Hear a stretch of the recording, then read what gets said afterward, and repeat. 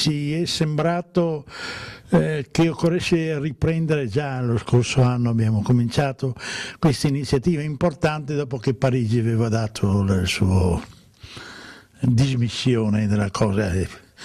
I francesi, se non è francese il premio non lo sentono, quindi lo facciamo volentieri, e a questo abbiamo aggiunto il premio Mediterraneo.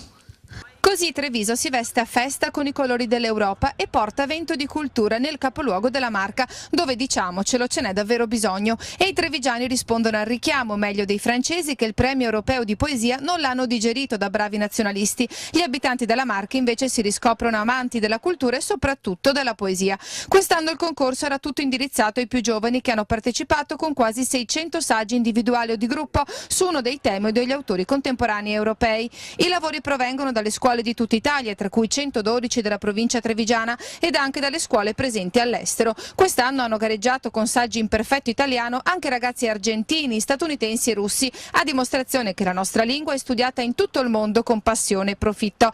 Tra le due rose di finalisti c'è anche il Liceo Canova di Treviso, con un lavoro di gruppo, un'analisi testuale sulle poesie giovanili di Pasolini. E da Buenos Aires arriva invece un lavoro sulla poetica di Ungaretti, legata all'esperienza americana della giovane autrice, che descrive con particolare attenzione i colori dell'America presenti nelle opere del grande poeta italiano. Insomma, la poesia che si rende universale, varca ogni confine e si fonde con ogni cultura.